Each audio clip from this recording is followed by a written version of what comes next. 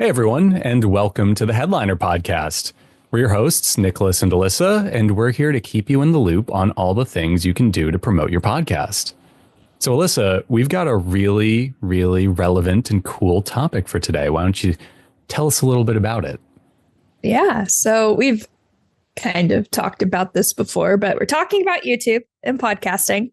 But more specifically, we're talking about how to start and grow your podcast on YouTube, but kind of more looking at like a high effort situation and then like more of a low effort or like a minimalistic, just a little bit easier way to get on YouTube. A chill way. Let's keep the language positive. Chill. Yeah, Chill. we're chill. We're Yeah. laid back. We let our hair down. It's fine. Okay, so yeah, I mean, obviously, you kind of just said it. There are two ways one can approach doing YouTube. Before we get into that, we should probably say why YouTube, ask the existential question. And, we've talked about this before, and we probably have an episode or two or three where people can go and learn more about this stuff if they need to. But the quick and dirty and the most updated version of the story is that YouTube is the number one place for podcasts, isn't it? And I think we actually just saw a recent stat from Edison Podcast Metrics where they basically were like, oh yeah, YouTube is responsible for like 31% of weekly podcast listeners in America, which is a crazy number. Spotify is at like 27, and the shocker to me is like Apple is at a little paltry 15%. And then obviously there's the big parent company in the room. Maybe you could give us some color on that. Yeah, so YouTube is owned by Google. So being part of that ecosystem, it actually leverages a bunch of really cool things that kind of live outside of the YouTube platform. So that's going to be, of course, looking more at search. So YouTube is essentially like integrated with Google's algorithm. So when people are searching for stuff on Google, as they do, it's a lot easier for YouTube content to actually be recommended. And it's actually one of more of the kind of top things that gets pushed. So I'm sure you've been in Google and I'm sure you've seen, now they have the whole like Gemini thing normally that pops up, but there'll be one or two links and then you'll start some videos pop up and then you'll start to see some more like text-based links. So yeah. And that makes sense because video, we're a visual species and like a lot of us are visual learners. We need demonstrations, we need explanations, and video gives us kind of everything. It can be text, it can be video, it can be audio, and that makes sense to me. So another stat that kind of just like piggyback off of how prevalent video is in the world is this is from an article from The Wrap. Apparently, of like the top 5 or so podcasts in the world on every platform, et cetera, only one of them doesn't have a video component, and that's the podcast Smartless. So every other podcast does something pertaining to video. And it just goes to show that like, yeah, video and podcasts, they are increasingly becoming one and the same in 2025. And even Smartless, for the record, I mean, it's a podcast that's hosted by like Jason Bateman and Will Arnett. Like there is still a video component. They are visible actors. So, it just means that they're not sitting. I mean, they're sitting down and they're recording audio. They're not recording video. They still use YouTube, which I do definitely think that's worth like calling out. But yeah, they're not necessarily like how we're in a Zoom call. I mean, I wouldn't imagine they're using Zoom. They're probably in a studio. Some of these YouTubes. They're using the super exclusive Zoom that's called, Podcast Studio. A room that's treated with soundproofing that isn't just egg cartons, Yeah. True story. You can treat a room for sound with egg cartons. Anyway, so sorry, it just dawned on me that might be more expensive than soundproof foam, given how much eggs cost. At this point, yeah, it's definitely not economic at this point. But I don't know. Maybe Easter you could start. It looks rustic. It looks calling cool. Your neighbors. Yeah. But anyway, no, and to wrap up the whole, like, this is why we do YouTube thing, YouTube as a company is becoming more serious about podcasting. I believe it was a year or two ago, they finally added RSS support to YouTube proper. So you can now like hook your RSS feed up to the site for auto posting whenever you upload an episode. And more than that, they recently started rolling out a feature to let creators actually swap out the ad reads in their videos, which is huge. And this is something that like pretty recently some YouTubers have taken to like doing manually, where they like go into old videos and they remove host read ads and replace it with ad breaks. But now YouTube is literally saying, oh, no. If your brand deal with Casper mattresses or whatever finally ended and you want to do like a BetMGM ad, you could just like swap that in. And yeah, I mean, those are the big whys for YouTube. So I think it's time we start talking about the how. And Elissa, maybe you could tell us how people can get their podcast on YouTube in a really low lift, chill way. The Kokomo route, if you will, if for any Beach Boys fans in the call. Oh my gosh. The references are always just amazing. They're always like 30 to 40 years a little too old, but it's okay. Yeah. So I like the chill approach. I'm going to stick with that. What is it when you name something? It's when you name it. I'm thinking taxonomy, but that's not right. Taxidermy? Is that it? Anyway, we're just maybe we'll edit that out. Who's to say? Giving them a rock? I don't know. Anyways, the naming convention that I'm going to rock and roll with is the chill approach. Okay. So looking at it, we called out SmartLess earlier. So I think that's probably one of the best examples out there, just that any podcaster could truly do. Now, granted, it is a podcast hosted by 3 celebrities. So their reach is going to be probably a little bit higher than what the average podcaster is going to expect to see using this approach. But basically what they're doing is they're running audiograms and they're actually using headliners. So that's kind of cool. Oh, wow. Look at that plug. just I'll call it out. Why not? No, sorry. I was talking about the electrical outlet behind my computer. Whatever. Anyways, so yeah, SmartLess, one of a great example out there, they're using audiograms. So audiograms, it's what Headliner is chiefly known for. It's just literally taking a static image and a moving waveform. And it's a very easy way to get your podcast up onto YouTube. So you're going to be able to leverage all of the really great benefits that specifically video content on YouTube offers. So we did mention the RSS ingestion feature. That is definitely probably the easiest way to get up on YouTube. Now, it does unfortunately have its limitations. It's more widely seen in the YouTube Music app. So it's a little harder to get you out onto search organically. So again, if somebody goes to Google, they start typing, it's a lot harder to get that content to kind of rank just because it is lacking a couple of different elements that like the YouTube metadata that's really going to help you to kind of leverage that search. Sure. So Audiograms, super easy way.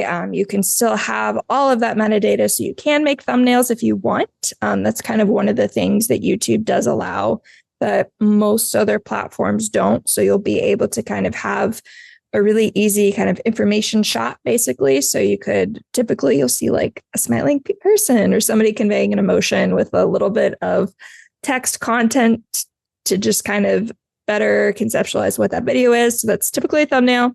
I'm sure if you've been on YouTube, you've seen them.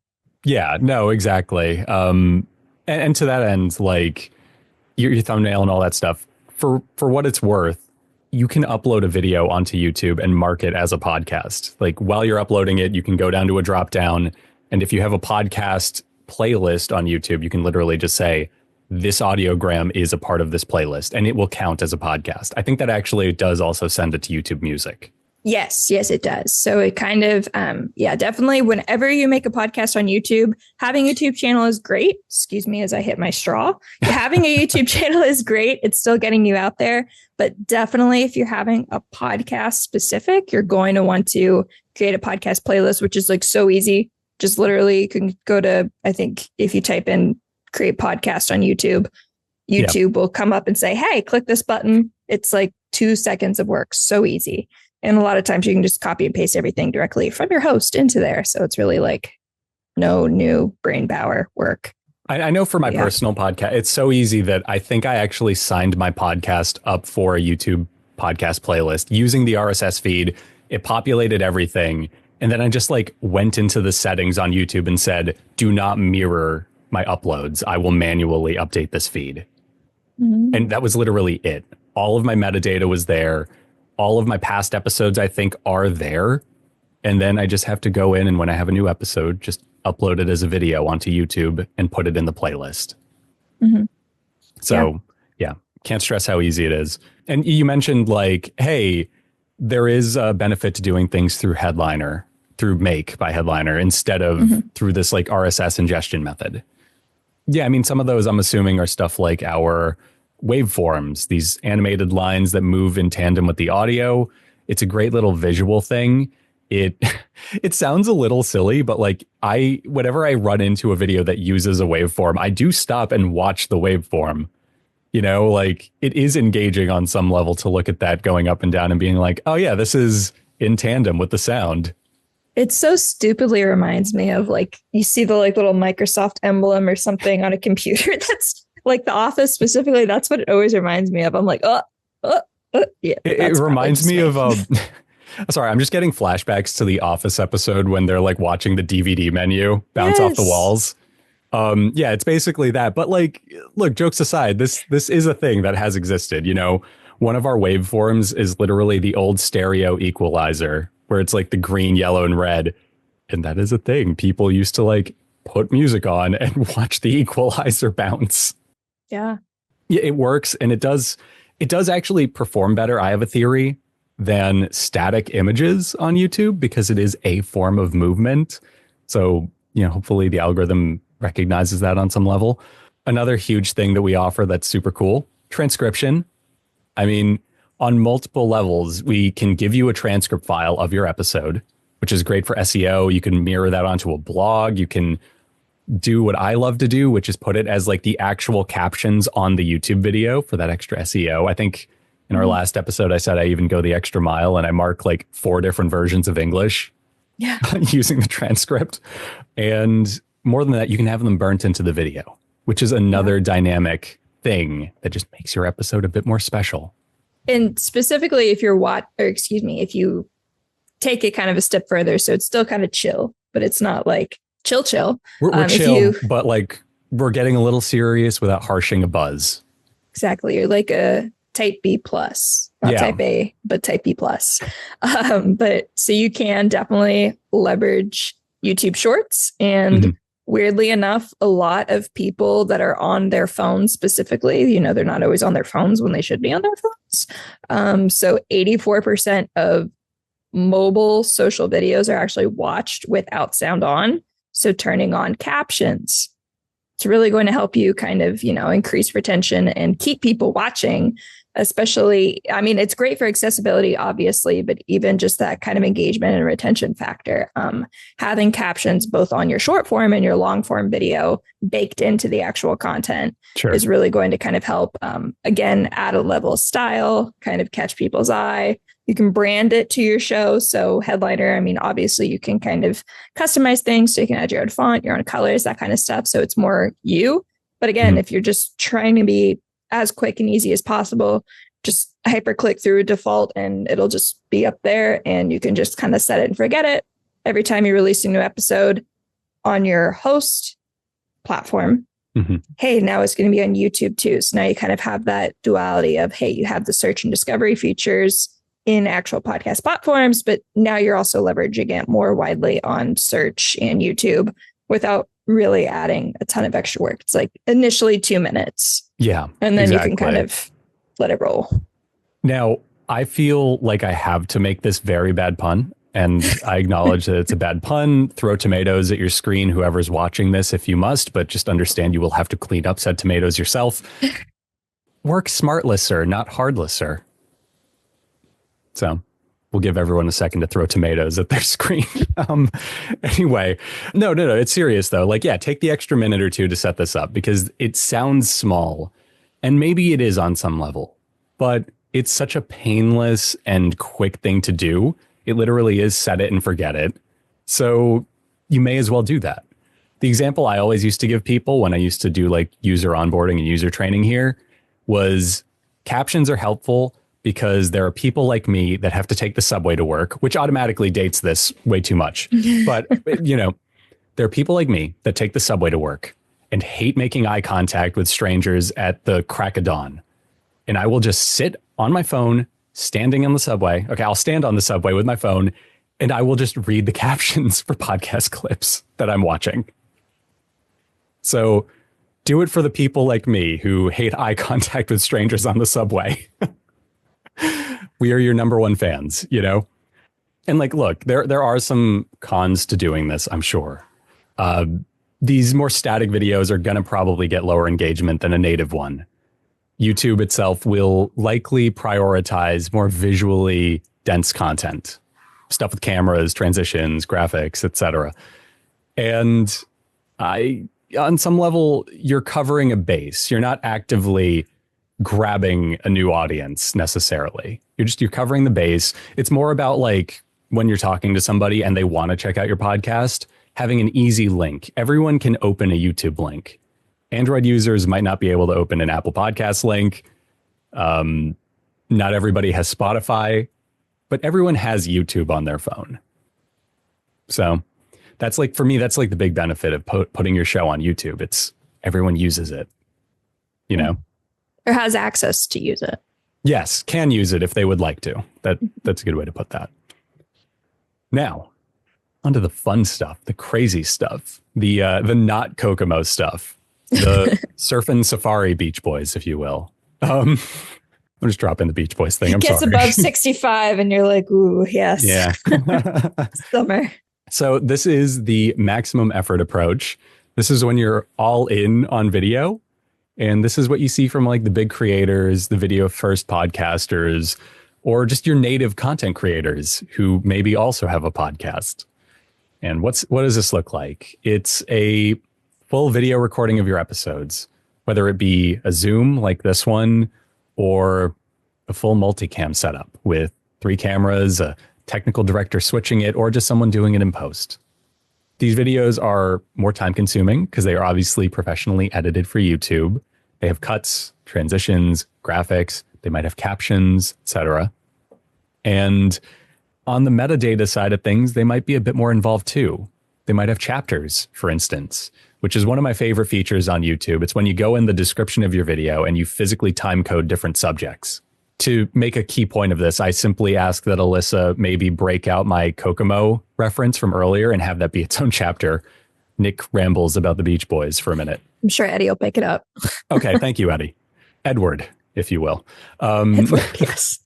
That's what we call him in a professional setting. Anyway, yes. Other stuff like thumbnail optimization, which you can do on the lower end side of things, but this is really when you really go in there. You might A/B test your thumbnails, which YouTube lets you do now, stuff like that. And you have custom titles. I mean, all of that in itself kind of speaks for itself, right? It is a lot more time consuming to make. It is a lot more effort, and it is concentrated effort that has to presumably be continued over time. But it has a lot of benefits.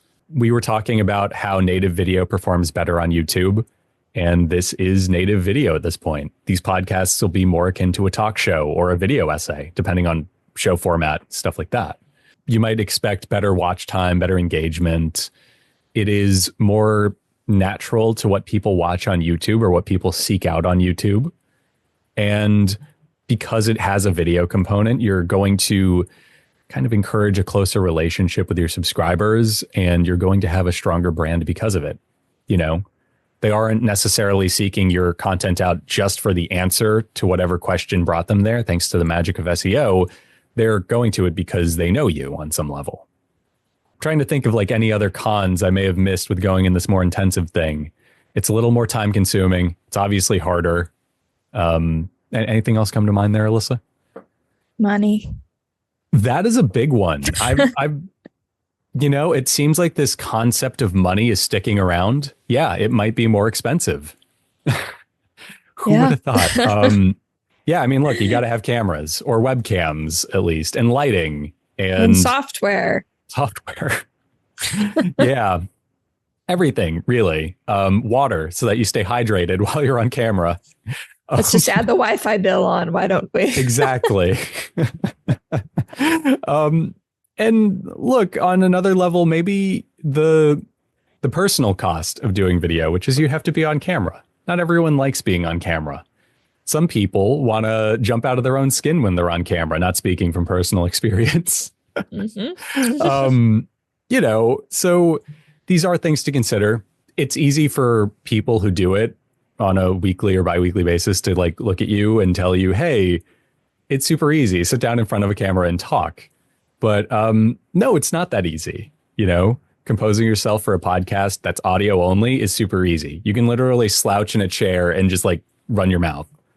But when you're on camera, you might want to sit up straight. You might want to make eye contact with the camera, depending on the format. That's something I deal with on this show, where like we have notes that we try to glance at, but I also am looking at nothing right now because I want to look like I'm looking near the camera. So it's a lot of work and it takes time and effort. Now, it's worth it. You know, I think it's worth it. And I do think, you know, there are tools that make it easier. Our friend Edward might have something to say with that. Our friend Eddie by Headliner, you know, makes editing these a bit easier, as does Make. But, you know, it's effort. So to that end, Elissa, I guess like my follow-up question regarding all of this is like, how do you decide? Yeah, either approach isn't always going to be kind of appropriate for your show. So a lot of it's going to kind of depend on your goals. So if you're doing it, I would personally say more as kind of like a hobby or a passion project. You don't need to go crazy with the YouTube investment. Like you want to do it, you want to grow your audience, awesome. But you might not have the bandwidth to do it because it's not your full-time job. You're doing it. Maybe have an hour every week that you can dedicate to your podcast. Awesome. You might not want to spend the majority of that hour trying to optimize your video for YouTube. So really looking kind of at both the bandwidth and then also, of course, your budget for your YouTube channel in addition to your podcast. And then as well, you know, you could kind of think about how your podcast is set up. So again, video might not always make sense for every podcast, especially if you're just, I can do only audio, then you can do only audio. That kind of answers that question for you. But again, just truly thinking about kind of your goals. So if it's more of a passion project, Audiograms, the chill approach is probably going to be perfect for you. Of course, you can kind of start to blend these so you can get a little bit like mildly chill, mildly max, whatever combination you want to take it into, to kind of grow it a little bit more. But then, of course, if you're like, I want to go all in, I've got goals, I really want to make money out of this, monetize my podcast, monetize my channel, making the switch to video more intentfully might kind of be the thing for you. Especially if you're trying to help grow a business, that's, you know, that might be where it starts to make a little bit more sense as well to make that switch into video. Yeah, no, I mean, I completely agree with you. And like, look, it is a bandwidth thing. If you can't do a full video podcast, but you have some extra bandwidth from your audio side, maybe it is as simple as like Zoom recording the episodes just in case, and then pulling clips from them for social, you know, doing some YouTube shorts, stuff like that. As long as your content is getting onto YouTube in some way, you're doing more than a lot of other people are. And that counts for something. One thing you could also do if you're on the lower bandwidth side of things is take those Zoom recordings and not necessarily dress them up or edit them too much, right? Just replace the audio with your final mixed and mastered audio, maybe. And if you feel like it isn't, you know, it isn't ready for prime time on YouTube, maybe offering it as like a Patreon bonus to somebody or something. Just being like, hey, you know, we're working on this. This is for the community, kind of like help us make this better. Yeah, I think there's a lot of value in doing that. And look, you can experiment with this stuff. Just because you said I'm going to make a video podcast doesn't mean you are permanently making a video podcast. Give it a shot. Do an episode or two, see how it does. If you feel like you aren't ready or it was too much work, you can go back to just doing your audiograms. Headliner won't get mad at you. I was going to say, we flip back and forth all the time. We have our automations running, but you know, some days I'm like, I just don't have that extra 5 minutes. So we don't get video up on there. Now, granted, we're going to always get clips from the show for social, but the full video project, making the thumbnail, might not be there. Mm-hmm. Exactly. So it's being flexible, and you know, that flexibility is one of the great things about podcasting. So it's leaning into the strength of the medium a little bit. How about that? Anyway, I think that's all I have for today. Do you have any closing thoughts you want to share with our our lovely listeners, or should we just wrap it up? Go listen to Kokomo. That'll be our outro this week. Yeah, we'll just get no, sued by whoever owns the rights to that, Sony maybe or something. We're gonna have like loosely 5 seconds of it and probably be safe. I'll just put some generic tropical music up right now. Don't worry. Royalty free stuff. There we go. Even better. Mm-hmm. But just just some final parting thoughts. Especially if you've had a podcast for a while, you're like, I have 300 episodes, not going back and recording video. Granted, some podcasters do. They're going to do that. Really? They're making that full investment. Yeah, there are some people that are doing that. Wow. And honestly, more power to you. Do they label it like Taylor's version when they re-record it? Oh my gosh, that would be awesome if they did. Yeah. But anyways, so you can definitely get your back catalog up on YouTube if you want to. Again, I'll plug Headliner because, I work there and I like Headliner. But Headliner, they have an awesome feature where you can get your back catalog automatically uploaded to YouTube. So you just search for your podcast, say I want it to go to YouTube, and then we'll just kind of post a few videos every day until we're fully caught up. So depending on how long you've had a podcast, it could take some time, but you're getting it up there and your full back catalog will be able to be discoverable more broadly on search. And then, of course, on YouTube. So you can do that and just kind of start small. And then as that process is going, maybe you'll want to do a video episode. You could drop that. You can mix and match. We do it. Lots of other people do it. It really just goes back to kind of that bandwidth. Yeah. And you can always just kind of gradually test it if you're like, maybe I want to do video, but I don't know. Is it worth it? Test it. You can try it. I'm sure you have a computer with a webcam. I'm sure you have a phone with a video. You could just try it. You could try it. You could literally record it on your phone. I didn't even think about that, Elissa. Yeah. So, yeah. Give it a shot. You might like it. Peer pressure, etc. Anyway, thank you to everyone for listening. And yeah, we hope you got something out of this and that you decide to give YouTube a shot if you aren't already. Or that you maybe got a good refresher on how to do YouTube if you do, So yeah, bye.